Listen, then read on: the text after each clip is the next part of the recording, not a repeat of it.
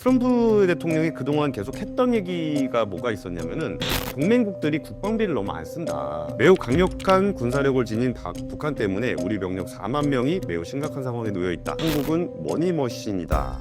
그 당시에 11차 한미 방위비 분담금 협상이 있었을 때 트럼프 정부가 50억 달러를 요구를 했어요. 근데 이걸 가지고 지지부진하게 50억 달러가 말이 되냐, 뭐 무조건 내라 이런 얘기하다가 정권이 끝났습니다.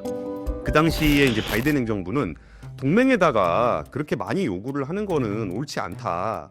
이건 말이 안 된다 그래가지고 방위비 당시의 협상을 바이든 행정부에서 타결을 했는데, 그리고 이제 2026년부터의 방위비 협상이 있으니까 그러면 트럼프 행정부하고 좀 골치 아프겠구나. 네. 그럼 어떻게 해야 됩니까? 트럼프 행정부 되기 전에 해야죠. 타결됐어요? 네, 타결됐습니다. 그럼 트럼프 행정부에서 협상 안 하는 거잖아요. 안 하는 거죠. 압권 시작합니다. 방위비 분담금 이야기 한번 해보겠습니다. 예, 트럼프 대통령이 당선이 되게 되면 우리나라가 이제 방위비를 엄청 내게 될 거다라는 불안감이 있는데, 한번 같이 보시면은 트럼프 대통령이 이런 얘기를 했어요. 한국은 머니머신이다. 이게 좀 기분 나빴어요. 기분은 나쁘지만 우리가 돈을 잘 벌긴 잘 벌죠. 네. 그리고 내가 대통령이었다면 그들은 연간 100억 달러, 14조 원을 낼 것이다. 매우 강력한 군사력을 지닌 북한 때문에 우리 병력 4만 명이 매우 심각한 상황에 놓여 있다. 이게 입만 열면 거짓말입니다. 4만 명이 아니고요. 2.8만 명입니다. 네. 그리고 이제 14조 원이 어느 정도 규모냐면 지금은 1조 원 조금 넘거든요. 네. 그러니까 한 10배 하겠다. 뭐 이렇게 얘기를 하고 있습니다. 사실 트럼프 대통령이 그 예전에 일기 때 요구했던 거는 그 50억 달러였거든요. 2배 늘렸네요. 네, 2배로 늘렸습니다. 네, 일기 때는 50억이지만 네. 2기엔 100억이다. 네, 그렇게 좀 얘기를 하고 있습니다. 진짜 트럼프 대통령이 한국에다 뭘 바랄까? 네. 라는 것을 우리가 이제 미국의 관점에서 생각을 해봐야 되는 거예요. 우리 관점이 아니고. 그럼 미국의 관점에서 우리가 미국에다가 수출품을 많이 파는데 우리 기업들이 어려워지면 어떡하지? 이 걱정 많이들 하시죠. 네. 근데 그거보다 미국 입장에서 생각해 보면은 지금 통상 관련한 이슈는 한국보다는 멕시코, 캐나다, 중국 여기가 훨씬 우선순위에 있습니다. 네. 근데 이 중국, 멕시코, 캐나다 이거 하기도 바쁜데 한국에 과연 통상 관련한 이슈를 제기할 것인가? 그리고 그거 제기하면은 이제 한미 FTA 있어가지고 국회 비준 거 치고 오려면 2년 걸리거든요. 네. 그러면은 2년 있다가 중간 선거할 때 별로 표의 재미를 못 보게 됩니다. 그래서 우리가 한번 생각을 해보는 거예요. 한미 FTA를 요구한다. 미국에 유리하게 개정한다. 이때 이거 트럼프 대통령이 이걸 과연 바랄까? 그리고 한국 기업들이 미국에 투자를 유도한다라는 것도 있습니다. 네. 그러면 거기 미국에 뭐 일자리도 만들고 공장도 만들고 요거 트럼프 대통령 좋아합니다. 네. 근데 이것도 공장을 짓는다고 하고 투자한다고 말은 했는데 이거 공장 짓는데도 한 2년 걸린다는 거예요. 그러면 또 선거네요? 예. 그리고 이 단순히 공장을 짓는 게 중요한 게 아니라 미국 사람들이 이걸 본 거예요. 네. 몇 년 동안 이걸 보니까 공장이 생기는 게 중요한 게 아니라 진짜 일자리가 생기냐. 근데 이게 우리나라하고 미국의 차이인데, 미국에는 이제 주가 있잖아요. 네. 주에서 협상을 하는 겁니다. 기업하고. 그럼 여기서 협상을 할 때 우리가 지원금을 얼마 줄게. 뭐 이런 거 하잖아요. 네. 그럼 기업에서는 일자리 몇 개. 네. 그리고 그냥 몇 개 하면 안 돼요. 그러면요. 시간당 얼마. 인근. 네. 네. 이거를 다 계약을 합니다. 그게 우리나라하고 좀 차이가 있는데, 우리나라에는 이제 산별노조처럼 돼 있긴 하지만 네. 그 노동자는 그 기업에 소속돼 있는 형식으로 일을 하잖아요. 근데 이게 노조라는 거는 노동자들의 유니온, 연합이기 때문에 그 연합과 회사가 협상을 하는 거예요. 네. 그러니까 이 비슷한 일자리를 가진 사람들의 연합과 일을 하기 때문에 사실상 회사 직원이라고 보기도 좀 애매합니다. 그렇게 따지면 공장을 거기다 지었을 때 그 주에서는 이런 정도 지원금 줄 테니까 너는 뭐 할래? 라고 하면은 주와 기업과 노조가 한 파트너, 한 테이블 위에서 협상을 하는 거예요. 네. 그러면은 여기서 한국 애들이 공장 짓는다고 그러더니 공장을 짓고 있는 것 같긴 하지만 일자리는 안 만들어지고 효과가 없더라. 근데 그게 또 2년 지나면 그거 뭐 말만 그랬네. 이렇게 얘기가 나올 수가 있어요. 트럼프 당선인이 그때 선거 유세를 할 때 뭐라 그랬냐면은 조지아에 독일 투자를 유치하고 뭐 한국은 노스캐롤라이나에다 유치하고 뭐 이 얘기를 했는데 네. 이게 안 맞아요. 왜 안 맞아요? 이게 우리나라가 주로 조지아에 있거든요. 그렇죠. 그 현대차 공장도 조지아에 지었죠? 네, 대부분 우리나라 기업들이 조지아에다 공장을 짓고 있거든요. 네. 그러면은 조지아에다가 한국 기업을 유치하겠습니다. 이래야 말이 그건 말이 많죠. 그리고 이쪽 노스캐롤라이나도 일본을 유치하겠습니다 그랬는데 일본이 여기에 많거든요. 네. 근데 여기다 한국을 유치하겠다는 거예요. 이걸 어떻게 해석할 수 있냐면 그냥 얘기한 겁니다. 그냥 특별히 그 부분에 대한 고민이 깊지 않다는 거예요. 그래서 이걸 보면서 미국을 분석하는 전문가들이 생각했던 거는 공장 유치하는 게 트럼프 정책의 우선순위에 있지 않다. 그럼 보세요. 한국 기업들의 미국 투자를 유도한다? 하긴 하는 것 같은데 그렇게 진지하게 고민하는 것 같진 않아. 네. 그럼 뭐가 있을까라고 했을 때 주한미군 방위비 분담금 관련해서는 1기 때도 얘기했었고 2기 때도 얘기를 하니까 네. 이게 오히려 트럼프 대통령의 한국에 대한 인식 속에는 있을 수 있다. 이걸론 협상해 볼 수 있다. 그렇죠. 한번 해본 거니까 네. 여기에 대해서는 진지하게 생각을 해봤을 것 같다. 되도록. 네. 그러면 이 부분들은 어물쩍 넘어가진 않을 수도 있다. 그래서 방위비 분담금 관련한 얘기들을 많이 하는데 우리가 방위비 분담금에 대한 이야기를 트럼프 행정부에서는 얘기를 했었습니다. 네. 그리고 어떻게 끝났는지는 모르시죠? 어떻게 끝났습니까? 안 끝났습니다. 안 끝났습니까? 트럼프 행정부 때 안 끝났습니다. 네. 트럼프 행정부 때 안 끝나고 그 당시에 11차 한미 방위비 분담금 협상이 있었을 때 트럼프 정부가 50억 달러를 요구를 했어요. 네. 근데 이걸 가지고 지지부진하게 50억 달러가 말이 되냐, 뭐 무조건 내라, 머니머신, 우리가 얼마나 많이 지켜주냐 이런 얘기하다가 정권이 끝났습니다. 다음에 될 줄 알았지. 네, 그래서 바이든 행정부가 들어가면서 2년여간 지연이 되다 보니까 한 2년 정도 지난 2021년에 타결이 됐는데 네. 그 당시에 이제 바이든 행정부는 동맹에다가 그렇게 많이 요구를 하는 거는 옳지 않다. 그래고 뭐 주한미군을 철수하고 뭐 그런 얘기하니까 아니 우방을 지키고 중국을 견제하기 위해서 우리가 주한미군을 주둔을 시키는 건데 그걸 가지고 주한미군 철수한다고 돈 많이 내라고 이게 얼마나 이렇게 싼말 같은 일이냐. 네. 이건 말이 안 된다 그래가지고 방비 당시의 협상을 바이든 행정부에서 타결을 했는데 그때 몇 퍼센트 증액을 했냐면 13.9%를 증액한 1조 1,833억 원으로 증액을 했어요. 근데 요구하고 있는 게 트럼프는 7조 원이었었다는 거죠? 예, 이거 예. 지금은 14조 원이고 거의 10배. 와. 그래서 그때 협상이 어떻게 됐냐면은 2020년에 이게 협상을 못 해가지고 못 줬어요. 네. 그래갖고 이때는 증가율이 0%고 그 다음에 논의를 했을 때는 어떻게 됐냐면 7.4%, 6.5%인데 이게 뭐냐면 우리나라 국방비 증가율이 7.4%. 네. 그러니까 야 니네 국방비 늘리는 것만큼 주한미군에다 지원하는 것도 좀 늘려줘. 뭐 말 되죠. 네. 그리고 인건비 6.5%가 있는데 이거는 조금 이따 좀 더 자세하게 설명을 드리겠지만 주한미군 주둔지에서 일하는 사람들은 미국 사람이 아니잖아요. 한국 사람이잖아요.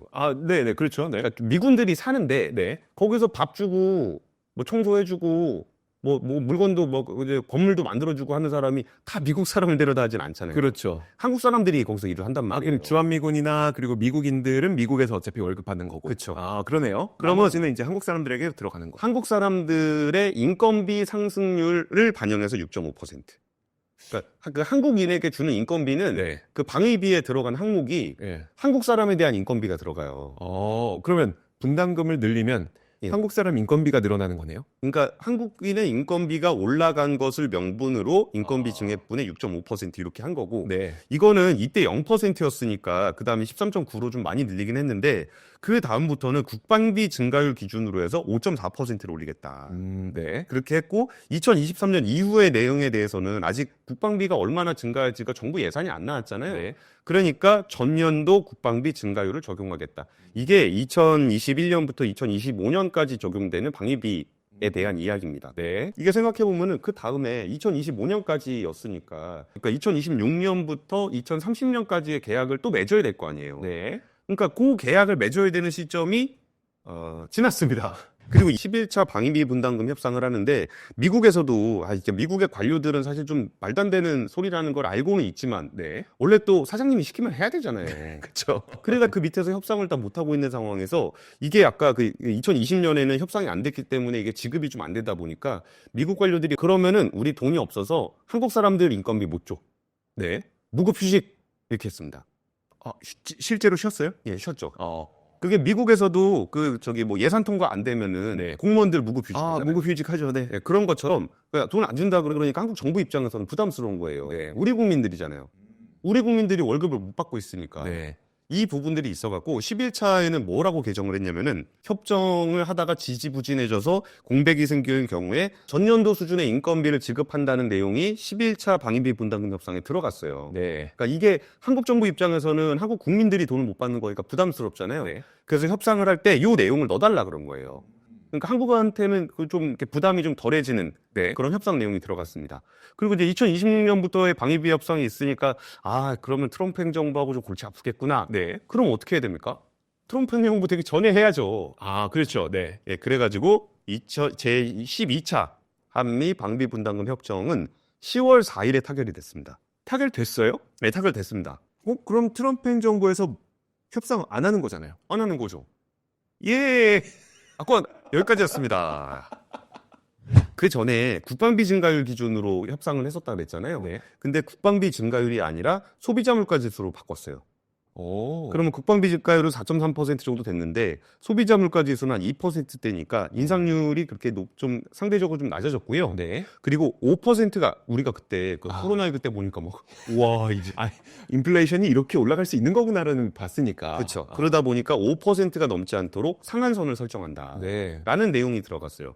그리고 또 여기서 논란이 됐었던 부분이 뭐가 있었냐면은 역외자산 정비 지원이라는 게 있는데 역외자산 정비? 역외자산 정비 지원이 뭐냐면은 유사시 우리가 이제 한반도가 위험한 상황이 펼쳐지게 되면은 네. 한반도가 이렇게 있으면 여기서 외국에서 이걸 도와주러 올 수도 있잖아요. 네. 그럼 외국에서 도와주러 오는 여기서도 정비가 이루어져야 될 거 아닙니까? 네. 그러니까 이 역외자산을 정비하는 비용을 방위비로 쓰고 있었어요. 근데 이 부분에서 아니 그게 한반도를 지키는 자산은 한반도에 있어야지. 그게 한반도를 지키러 있는 건지 뭐 다른 데를 지키러 있는 건지 그걸 알 수도 없는데 이거를 우리나라가 낸 방위비로 내는 거는 좀 아니지 않냐. 이런 문제 제기가 계속 있었거든요. 그래서 방위비 분담금이 어떻게 사용되는지에 대한 구성을 이렇게 보게 되면은 네. 이 우리나라 인건비 한국 사람들이 주한미군에서 일을 하는 주둔지에서 일을 하시는 분들의 인건비가 약 5천억 원 정도 돼서 48%를 차지하고 있고요. 그리고 거기에 이제 건물 짓고 뭐 해야 될 거 아니에요. 네. 막사도 짓고 식당도 짓고 그러면 그 군사 건설비 지원 이게 한 3,700억 정도에서 35% 정도 구성을 하고 있고요. 네. 군수지원비 같은 경우는 거기에 뭐 탄약이라든지 이런 거 보관하고 이렇게 관리하고 그런 비용이 있잖아요. 그런 돈 1,600억 원이 들어가고 거기 한 16% 정도가 됩니다. 네. 그럼 이 방위비 분담금은 결국은 이제 한국 사람들이 주거나 이 군사 건설비 같은 것도 이제 한국 기업들이 가서 지을 거 아니에요. 네. 그러면 대부분 한국인의 임금이라든지 한국 기업들의 매출로 사용이 되기 때문에 한국 경제에 환류가 된다. 그래서 이게 그러면 도대체 왜 트럼프 행정부가 들어서면 네. 이게 방위비 분담금을 다시 한다라는 게 어떤 개념인가. 그래가지고 외교부에 있는 그 주한미군 방위비 분담 관련한 태스크포스가 있습니다. 네. 그래서 거기다 전화를 해서 물어봤어요. 네. 그랬더니 그분이 하는 얘기가 처음에 일단 제가 근데 12차 협상은 그 전에 인상률이나 아니면 상한선이나 아니면은 뭐 역외자산 정비 비용 폐지나 이런 게 한국에 조금 잘 뭐 그나마라도 좀 괜찮게 된 거 아닌가요?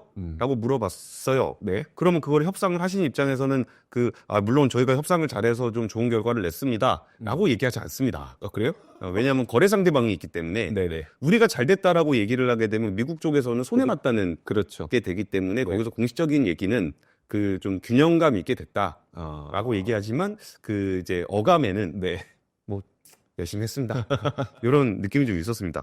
그래가지고 아니 그게 이미 협상이 다 끝났는데 왜 방위비 분담금에 대한 얘기를 하냐 했더니 이제 그쪽에서 외교부에서 하는 얘기는 물론 미국에서 단 한 번도 방위비 분담금 관련해서 뭐 다시 뭘 하자 가타부타 얘기한 적은 한 번도 없다. 공식적으로는. 예. 그리고 뭐 캠프에서 뭐 얘기를 하고는 있었지만 그렇다고 해서 뭐 먼저 뭐 미국 쪽에서 뭐 분위기 어떠냐 뭐 이런 것도 한 번도 없었고. 네. 근데 협상을 11월 28일에 끝났으니까 얼마 안 됐습니다. 네. 그래서 협상 다 끝난 거라 이슈가 없는데 거기서 지금 트럼프 행정부가 됐다고 해서 우리가 먼저 가서 네.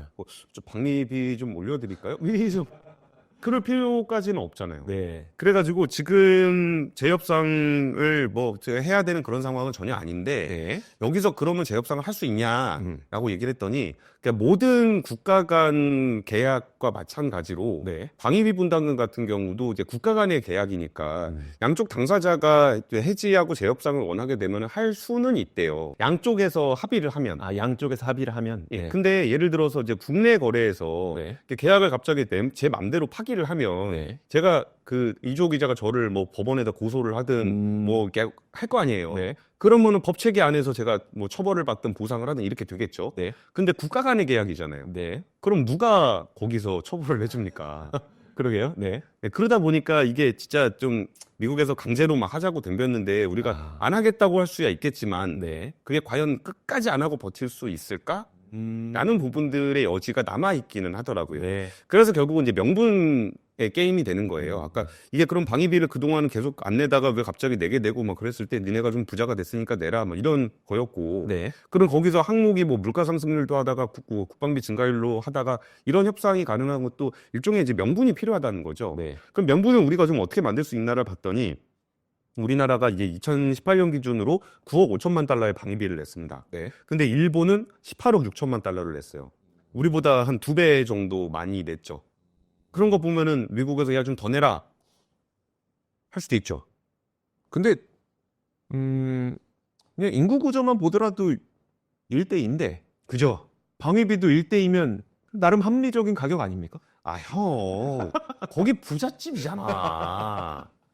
GDP 대비로 봐야지, GDP 대비로 봐야죠. 예. GDP 대비로 보면 우린 0.06%고 일본은 0.03%야. 그러면 우리 많이 내고 있는 거죠. 그럼 우리가 좀 가진 돈에 비해서는 많이 내는 거잖아요, 형. 그러면 이제 형님은 또 그 얘기 하겠죠. 야, 니네가 우리한테 벌어가는 무역 흑자로 한번 보자. 아, 그거는 상무부하고 얘기하고 산업부하고 얘기를 하셔야죠. 방위비는 방위비고 이제 이런 그렇죠. 식의 협상들이 그렇죠. 좀 이루어지게 된다라는 겁니다. 그래서 이 부분들이 이제 뭐 불가능한 부분은 아니지만 이미 종결된 이슈는 맞다. 네. 그러니까 종결된 이슈가 맞다라는 거는 어쨌든 그 계약의 주도권은 우리가 가져갈 수는 있다는 거예요. 그러니까 미국에서 바꾸자라고 했을 때 그 약속을 파기하는 거는 미국이잖아요. 그렇죠. 그러니까 이 방위비 분담과 관련한 이슈는 현재로서는 종결이 돼 있고 2030년까지도 다 돼 있으니까 지금 어떻게 적당히 잘 버티면은 트럼프 행정부 안에 방위비 분담금 협상을 아예 안 할 수도 있다. 네. 라는 게 현재까지의 그런 상황입니다. 네. 트럼프 대통령이 그동안 계속 했던 얘기가 뭐가 있었냐면은 동맹국들이 국방비를 너무 안 쓴다. 네. 그러니까 자꾸 우리 돈으로 뭐 중동도 지켜야 되고 유럽도 지켜야 되고 아시아도 지켜야 되고 이게 돈이 너무 많이 든다. 니네 국방비를 늘려라. 라고 하면은 방위비 분담금 뭐 10배 내라 그럴 때 아, 우리 방위비 말고 우리 국방비 좀 늘릴게요. 이럴 수도 있겠죠. 네. 그러면은 주한미군에서 써야 그 주한미군이 이 지역 지키려고 쓰는 돈이라면은 우리가 국방비로 많이 쓰게 되면은 뭐 주한미군의 부담이 좀 덜지 않습니까? 네. 이것도 명분이 될 수 있겠죠. 네. 그럼 우리나라의 국방비 비율을 보게 되면은 우리나라는 GDP 대비 2.8%예요. 근데 보면은 이게 뭐 독일도 1.5%, 프랑스 2.1%, 우리가 높은 편이에요. 네. 일본은 1.2%. 우리는 2.8% GDP 대비 방위비 비율. 네. 우리는 국방비를 많이 쓰고 있다라고 얘기하는 게 있고 여기서 내가 미묘하고 공식적으로 아무도 얘기하지 않는 그런 포인트 하나 잡아드릴게요. 이게 뭐냐면은 우리나라가 그 기동함대 전단이라 그래가지고 이게 그 항공 그 이지스함을 중심으로 해서 기동함대 전단을 만들고 있어요. 네. 대표적인 프로젝트가 이제 KDDX 프로젝트인데 이게 7조 원짜리입니다. 그럼 이게 지금 보면은 33, 6, 63, 18. 네. 18척이에요. 이게 큰 거, 중간 거, 이게 큰 거, 이게 작은 거예요. 네. 그러면 요거를 두 척 해가지고 6척씩 해서 세 팀을 꾸리게 됩니다. 세 팀의 기동함대 전단을 만드는데 우리나라의 적은 누굽니까? 북한이죠. 네. 북한을 상대로 하는데 그 먼 바다까지 나가는 기동함대 전단이 왜 필요합니까? 어차피 뭐 우리가 싸울 때 북한하고 우리하고 해군이 네. 태평양 가서 싸우진 않을 거 아니에요. 그렇죠. 싸우면 동해 아니면 서해인데 네. 우리한테 기동함대 전단이 왜 필요하냐는 거예요. 그럼 거기서 일단 우리나라 국방부는 공식적인 표현으로 우리 국민의 안전한 해양 활동을 지원하기 위해서 우리가 기동함대 전단이 필요하다. 네. 그래가지고 지금 우리나라 이지스함 중에는 저쪽에 그 아프리카 소말리아 옆에 있는데 가 있는 데도 있어요. 거기 가 있는 게 거기에 해적들이 자꾸 우리나라 청해부대. 네. 그러니까 우리나라 그 뭐 민간 선박들을 자꾸 해적질을 하니까 네. 그거를 지키기 위해 가 있는 거다. 그래갖고 기동함대 한 대가 한 척이 가 있거든요. 네. 그런 것처럼 이제 그 기동함대 전단을 꾸리는 이유는 이게 우리 국민들의 안전한 해양 활동을 지원하기 위해서예요라고 좀 얘기는 하고 있어요. 네. 근데 우리가 그렇게 말은 하지만 누구나 다 알죠. 이건 태평양 보내는 거다. 태평양 보내는 거다. 네. 그래가지고 태평양을 지킨다라는 것은 그 미군이 칠함대를 중심으로 해서 중국을 견제하는데 네. 그 일도련선 안쪽 그 섬을 연결하는 그 안쪽에 뭐 일본하고 필리핀하고 뭐 대만하고 이렇게 있는 요 일도련선 안쪽에 있는 우방국 2개, 네. 한국하고 일본. 여기가 앞에서 중국을 견제해주는 함대로서의 역할을 사실은 하려고 하는 거죠. 그러면 우리가 미국이 써야 될 돈을 대신 써주고 있는 거잖아요. 라고 주장할 수 있죠. 할 수 있다. 그런 명분을 세울 수 있다. 명분을 세울 수 있다. 네. 그러니까 형, 그게 방위비 분담이라는 게 결국 이 지역의 안보를 위해서잖아. 안보를 위해서 누가 돈을 더 많이 쓸 것이냐니까. 그쵸. 네. 그러면 거기서 미군이 써야 될 그 태평양 함대의 부담을 동맹국인 우리가 쓰는 거니까 형, 이게 다 그 돈 아끼는 거 아니냐라는 명분을 삼을 수는 있는데 이게 되게 애매한 부분이 뭐냐면 공식적으로 그 얘기를 할 수가 없어요.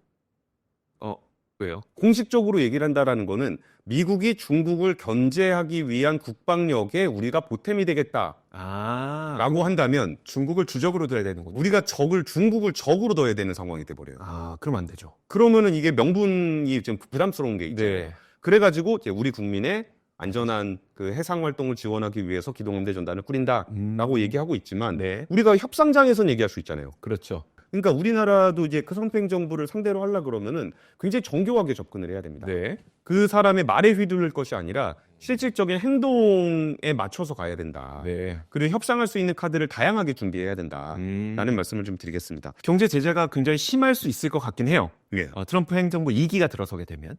다만 우리가 준비만 잘하면 잘 주고받을 수도 있을 것 같아요. 그렇죠. 그렇다 보니까 결국 이 트럼프 행정부가 추구하는 경제 제재라는 것은 결국 거래 카드다. 예. 라는 생각이 드네요. 방위비 분담도 그 중에 한 카드가 되는 거죠.